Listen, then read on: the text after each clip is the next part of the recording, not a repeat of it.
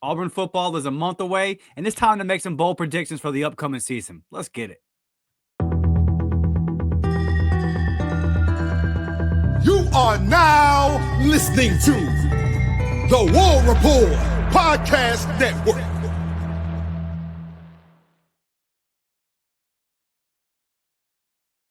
What's up, everybody? Welcome to the Up-Tempo Podcast. I'm your host, Dustin Smith. Bold predictions today for the upcoming Auburn football season. I'm really excited. I have 3 bold predictions, and then I took 3 more from our members as well. Really excited to get into this one today, man. The season is right around the corner. It's time to start making some predictions, baby. Before we get started, go ahead and smash that thumbs up button, sub to the channel if you have not done that yet. Share this out on social media. Tag me at DMcShaw28, tag the War Report Podcast Network. And if you are listening on audio, do me a favor, man. Leave a 5-star review. Go ahead and hit that follow button. Go ahead and turn on the notifications and the automatic downloads. It helps us show out more than you know. I'm really trying to get those audio numbers bumped up here before the season. So let's get right into it. Got 3 bold predictions, and I'm really excited. Hopefully some of these hit this year, man. Leave your replies in the comments. Let me know how you guys feel, and leave your bold predictions as well. I'd love to hear from you. But I want to start out on the defensive side of the ball, and there's a guy that I feel like has not been talked about enough. I'm expecting him to level up and take that next step this season, and that's Kaleb Harris. My projection for Kaleb Harris is that when the season comes to an end, Kaleb Harris will be named first team All SEC. That's right. Bold prediction number 1, Kaleb Harris, first team All SEC. And here's why I'm making this bold prediction today. Kaleb Harris is an absolute ball hawk. He's one of those guys that when you turned on the film from high school, you immediately felt like this guy's a little underrated. He's probably being overlooked a little bit. And playing at the big-time program that he did and playing in some really high-profile big-time games in high school, kind of surprised that he was a little bit underrated, a little bit overlooked. But he comes right in his freshman season. As soon as he gets the opportunity to start, from day one, he proves, like, I'm that guy, right? Just a ball hawk, always around the ball, always making plays, just really has a nose for the football. And there's a lot of guys that we look at that played on that defensive side of the ball as freshmen that we're expecting to take that next jump in their sophomore season. But I think Kaleb leads the way. And I get it with guys like Malik Bogdan, with guys like Jay Crawford, with guys like DeMarcus Riddick, very high-profile recruits. I can understand why maybe a guy like Kaleb Harris goes a little bit unnoticed, but I think that this guy is just a football player. You have those guys on defense that just always find a way to be around the football, always find a way to be involved in the play, and Kaleb Harris has that ability. And I just feel like that if you saw that in his freshman year, kind of came in the middle of the Southeastern Conference season, right? And he just hit the ground running. He was great right from the beginning, and you saw him get better and better. I think with a full off season, coming in with a better understanding of the defense, coming in, kind of with a better understanding of the size and the speed and everything that goes into that in the SEC, I feel like Kaleb is primed for a big year, and the pieces around him. I mean, whoever wins that other spot in safety, it'll probably start off being Sylvester Smith. You've got the transfer coming in from Texas A&M. How will he fit into the room? And then you have new boy Anquan Fagans and Eric Winters. So there's a lot of guys that are vying for that other spot, but Kaleb's got his locked up. And then when you look at the outside corners and Jay Crawford and Champ Anthony and the guys that you brought in, the transfer from Miami of Ohio, you have the transfer that you brought in from Tulane, Rayshawn Pleasant, Kay and Lee on the outside over there. You got a lot of pieces. Blake Wooby's a young, promising freshman. I think we'll be getting reps by the end of the season. You have a lot of pieces over there all around Kaleb in that secondary, to where he doesn't have to be the star. He doesn't have to be the standout. You have a lot of guys that are going to work together, and you got a lot of guys that have played in the system for at least a year and are coming back as a group. So I just feel like Kaleb can kind of be the leader of that group. And with all that talent around him, it's a similar discussion that you have with wide receivers. And, when you talk about, well, man, if Cam Coleman can eat, then Eric Singleton's going to be eat, and then who's going to be guarding Malcolm Simmons and Perry Thompson and all these things, right? Kind of the similar situation there on defense. So I just think with the pieces around him, coming back in DJ Durkin's system for another year, and then obviously being the great player that he is, I'm projecting a massive jump. Bold prediction: Kaleb Harris, first team All SEC. Don't let me down, Kaleb. I believe in you, bud. Bold prediction number 2, Jeremiah Cobb will have 1,000 rushing and receiving yards combined, right? So if you combine his rushing and receiving, I think he's going to have over 1,000 yards. Looking at Jeremiah's first 2 years on the Plains, 2023, his freshman year, he had 33 carries for 172 yards, and then he had 7 receptions for 47 yards. His sophomore year, he had 29 carries. His carries actually went down his sophomore year. 29 carries for 142 yards for 4.9 average there, and then 6 receptions for 45 yards. So 1 less reception, 2 less yards there. So his numbers went down rushing and receiving last year. I think a lot of that has to do with just Jarquez Hunter was your workhorse, right? So when I look at this year, it's going to be a running back by committee type situation. We're really excited to get Darrell Robinson in there, the transfer from UConn, see how he fits into everything. Damari Alston, excited to see him get his opportunity. But I feel like that the versatility of Jeremiah Cobb, he's going to get on the field in every game. Third down, pass catching out the backfield. He's not as good right now in pass protection as Damari Alston is, but he's no slouch in it. And hopefully he's gotten a little bit better in the offseason this year. And if he's gotten a little bit better and it got to that Damari Alston level of pass protection, then really watch out. Jeremiah can be just an absolute dog on third down. But it's just his pass catching ability out of the backfield. And I think he's going to get way more rushing attempts this year, obviously, right? So when I look at Jeremiah Cobb, I see a former 4-star guy, a top 150 player that everybody wanted, that's stuck around through a couple of transfer portal cycles where we were kind of worried that maybe Jeremiah would enter his name into the portal, but he's still here. He's been waiting on his opportunity, and it's right here in front of him. He's got all the talent in the world. I feel like even in his freshman and sophomore year, he was underused. Last year, I predicted a breakout year for Jeremiah Cobb. It didn't come. I think it's going to be this year then, man. It's going to be this year. I just think he's a really versatile back. I think he's the most versatile back all-around game in this running back room, and he has NFL potential. If you have a guy that can catch the ball out the backfield, there's a place for you in the National Football League. So I'm really hopeful that Jeremiah Cobb can fulfill that potential this year, and I think he's going to do it. I think with the increase and just opportunities for him, catching the ball out the backfield, but don't sleep on him. Don't sleep on him in the run game as well. He can do that. A good average in his limited amount of carries. The kind of guy that if he gets a crease, he can take it to the house. He's bulked up, looking a little bit stronger, looking a little bit, got a little bit more muscle mass on him coming out of the summer workout programs. So I am fully expecting Jeremiah Cobb as he comes into his junior season to take that big leap. He's waited his turn, and you got to pull for guys. You got to pull for guys that have hung around at Auburn, waited their turn. And I mean, Damari's that guy too, right? So really excited to see how this running back room kind of pans out. But when I look at Jeremiah, I don't see a world where he's not a big part of the offense this year. So bold prediction, Jeremiah Cobb, when you combine his rushing and receiving yards, that he will be over 1,000 total. And my final bold prediction of this episode, and then I got 3 more coming up from our members. Cam Coleman and Eric Singleton will each have 750 yards and 7 touchdowns. Not combined. I got both of them. Will have north of 750 yards and 7 touchdowns. So if you're counting at home, that's at least 14 passing touchdowns from whoever Auburn's starting quarterback is. Should be Jackson Arnold. We're hopeful that he makes it through the whole year, barring injury and anything else, right? I don't care if it's Deuce Knight. I don't care if it's Ashton Daniels. If something does happen to Jackson, doesn't matter to me. I think we got 3 quarterbacks on this roster that are all capable of getting the football to this talented wide receiver group. And the top 2 guys, I think they're just going to feed off each other. They're going to feed off each other and they're going to eat.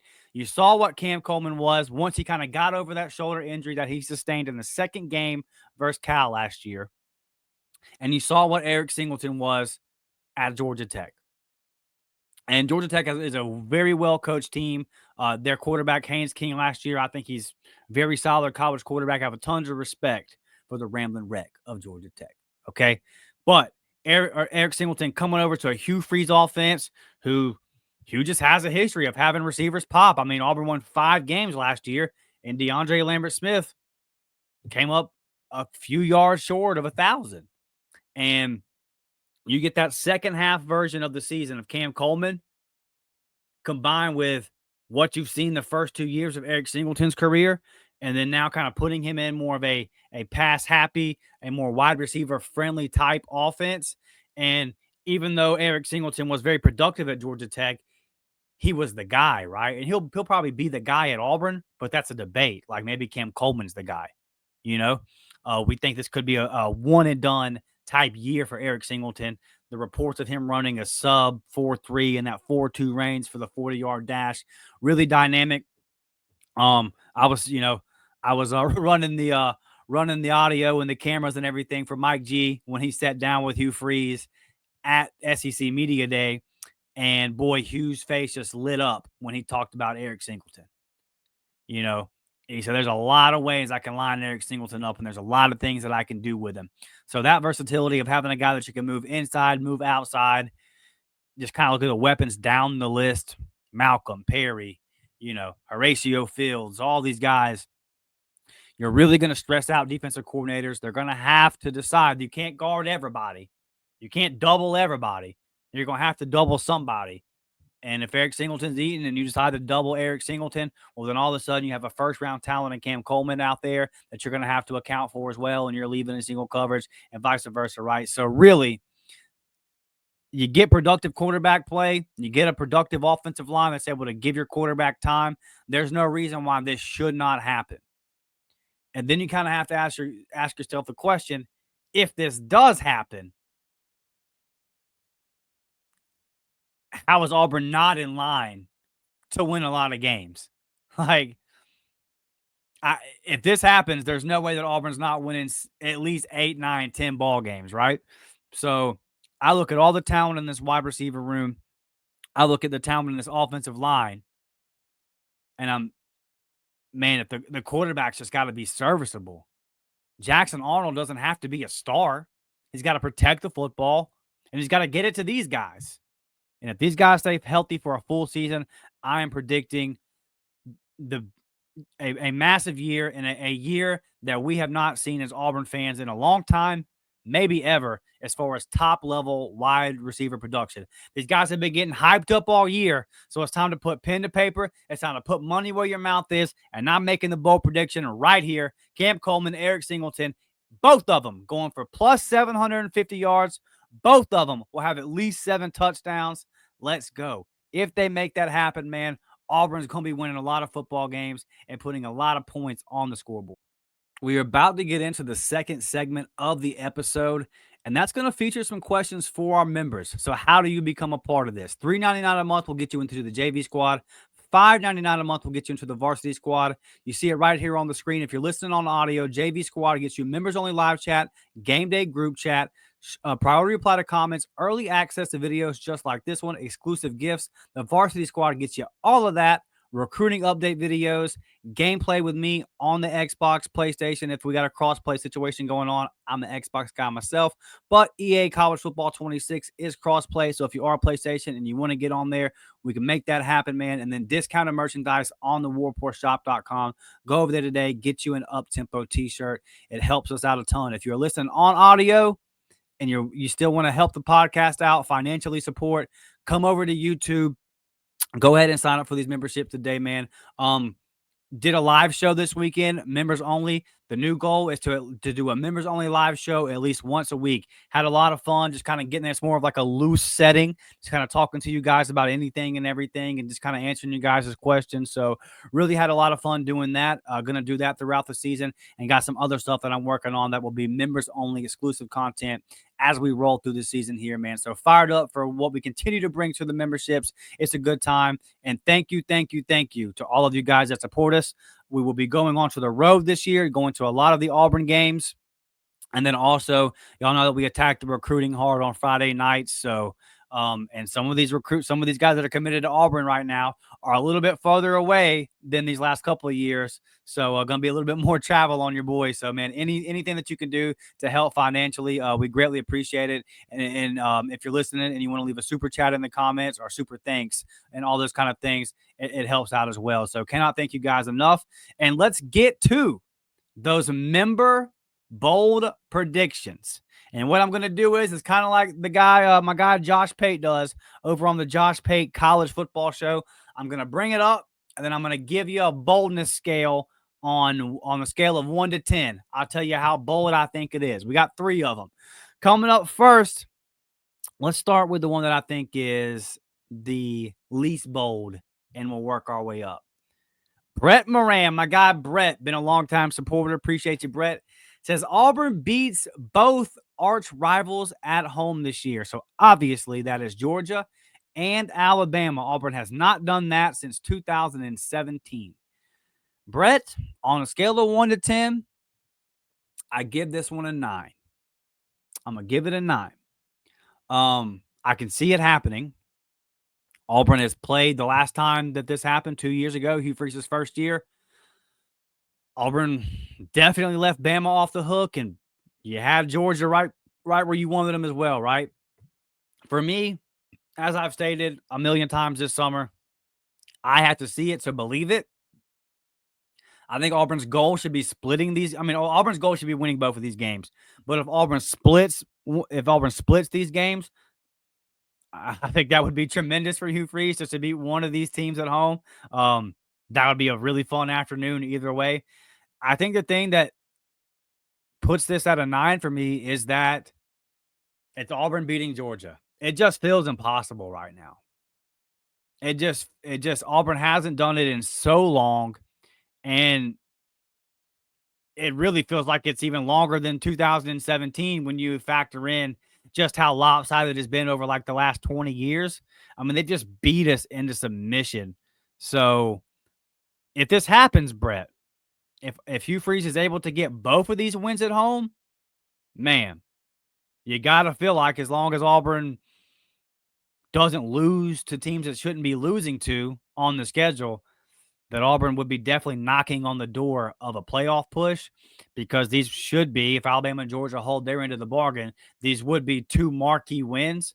Look, it's definitely because it's at home, it's possible, but Auburn hasn't exactly protected home field under Hugh Freeze, especially in big-time games. So I'm going to put it a 9 out of 10. It would be great if it happened, and it would be massive for Hugh Freeze. It would be massive for Auburn recruiting, and it would be a whole lot of fun for the fan base because it's been a long time since this has happened. The next one, my guy Thomas Manville. You know what? I'm actually going to make this one less. This is less bold to me than Brett's now that I think about it. Thomas Manville says Keldric Faulk breaks Nick Fairley's single season, and I put pass record. Let me edit that real quick. It is sack record. The single season sack record at Auburn is 11.5 from Nick Fairley. Thomas, I think I'm going to make this a 7. I'm going to make it a 7. It's bold, but if anybody can do it, it's Keldric Faulk. And if we look up at the end of the season and Keldric Faulk had 12 sacks, that means he averaged a sack a game, right? I can see it. I can see Keldric having a couple of days where he gets 2 or 3 and kind of boost that number up. It just takes a couple of big games for him. Saw Keldric at media days, the confidence that he has this year as one of the captains and the leader on this team, the way that he represents this program, and he's just ready. He just looks like that guy that is ready to have that one final college season and then blast off into the first round of the National Football League and go on and be the great player that we know he has the potential to be. It's all lining up for Keldric Faulk. So if Keldric Faulk stays healthy, Thomas, I could see it, buddy. I could see it. And it is a bold one because obviously the record is the record and it's only been done once. But Keldric Faulk has all the ability and all the talent in the world. I think the big thing that will get Keldric here is if another pass rusher emerges on the other side of that line for him.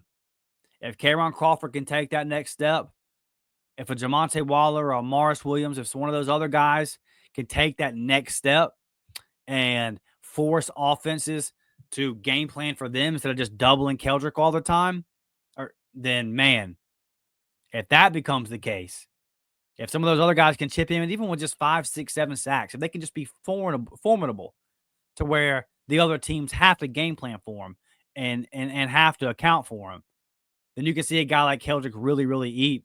And he's also spoke at SEC Media Days a couple of times, was doing some different interviews about his ability to move inside if he has to. So that could really create some unique situations. If you have a mismatch with a guard or something like that, you can put Keldric on him and kind of let him eat from that inside position as well. So his versatility could also lend him to get a couple of sacks from parts of the defensive line that otherwise a lot of ends, edge types wouldn't. So just you can move Keldric around. You can put him in different mismatches. You can create some kind of very unique situations with that front with Keldric and do a lot of different things with him. Give that offensive line a lot of different looks and a lot of things to think about throughout the week as they game plan for him. So yeah, DJ Durkin, another year with Keldric Faulk. I think Keldric's going to eat. So Thomas, I have Keldric getting to double digits, okay? I got him getting to like 10 or 11. So obviously he's knocking on the door of Nick's record if that happens. So it's a bold prediction, but I'm going to give it a 7 out of 10 because if it happens, I wouldn't be shocked. All right, guys, last one of the episode. My dude, Samuel the Sniper. Samuel, appreciate you being a member and always supporting, brother. Samuel says Auburn will finish with a top 15 offense and top 15 defense. My boy Samuel follows recruiting very well, always in our recruiting chat and on our recruiting videos, offering his insight and everything like that. And Samuel, it's I enjoy the back and forth with you and enjoy the discourse and talking recruiting with you. This is bold, brother. This is bold. I'm giving this a 10 out of 10. 10 out of 10. Samuel, if this happens, you're getting some kind of up-tempo merchandise, brother. I'll send you a shirt or something your way. Last year, Auburn's offense finished 43rd nationally and 31st. And this is total overall ranking, right? So 43rd nationally on offense, 31st on defense. I can see the defense making that jump. To see the offense jump from 43rd into the top 15, that'd be great. That'd be great. If this happens, Auburn better be in the damn playoffs. Auburn better be in the playoff with a top 15 defense and a top 15 offense. There would be no excuse. No excuse if that's the case. Because you don't get there unless you're protecting the football on offense and improving the third down defense. So this is bold, but if it does happen, then Auburn is en route to a special season, man. I think the defense might actually get there. I mean, I think Auburn's defense is going to be one of the best defensive units in the country. Matter of fact, Sammy, I'll hop in with you on the defense. I think the defense can be a top 15 unit. When you look at the youth that Auburn had last year on defense, the youngest defense in the SEC, and still finishing 31st in the country, and really the issue was just third and long, getting off field on third and long. I mean, boy, if Thomas's prediction comes true, and Keldric Faulk's wrecking havoc like that on third down, then that should improve. I'll rock with you on the defensive side here. Offensively, I just can't get there. I think Auburn just needs to kind of get inside the top 30 and protect the football on offense. And then if the defense has a top 15 season, then Auburn should be good to go. And McPherson comes back, if he's making his kicks and you have some things cleaned up on special teams, all that should round out to Auburn having anywhere between an 8 to a 10 win season. But for both of the units, for the defense to still jump, that many spots and get into the top 15 from 31st, and the offense to jump from 43rd to 15th, that's bold. I think that they'll both be improved, but to get into the top 15, that's a big one, my guy. So Samuel, I'm giving you a 10 out of 10 on the boldness scale, but I love it, brother. I love it. And I hope you're right, man. And like I said, if you nail this one, definitely going to have some up-tempo merch sent your way, brother. All right, y'all, that's going to wrap it up for this episode. Fall camp starts tomorrow. I'm recording this on Tuesday night, July 29th. So the boys reported today. They will take to the field tomorrow. Hugh Freeze takes to the podium in the morning. So we will be back with some reactions from what Hugh Freeze said. Kind of the, who all reports, if there's any injuries, all that kind of stuff. There'll be a ton of stuff to talk about later in the week. So we'll be right back here with all that. Smash that thumbs up button. Share this out on social media. Tag me, #level up, tag the War Report, all that good stuff. And I will see y'all later on in the week. It's War Damn Eagle, baby. I'm out.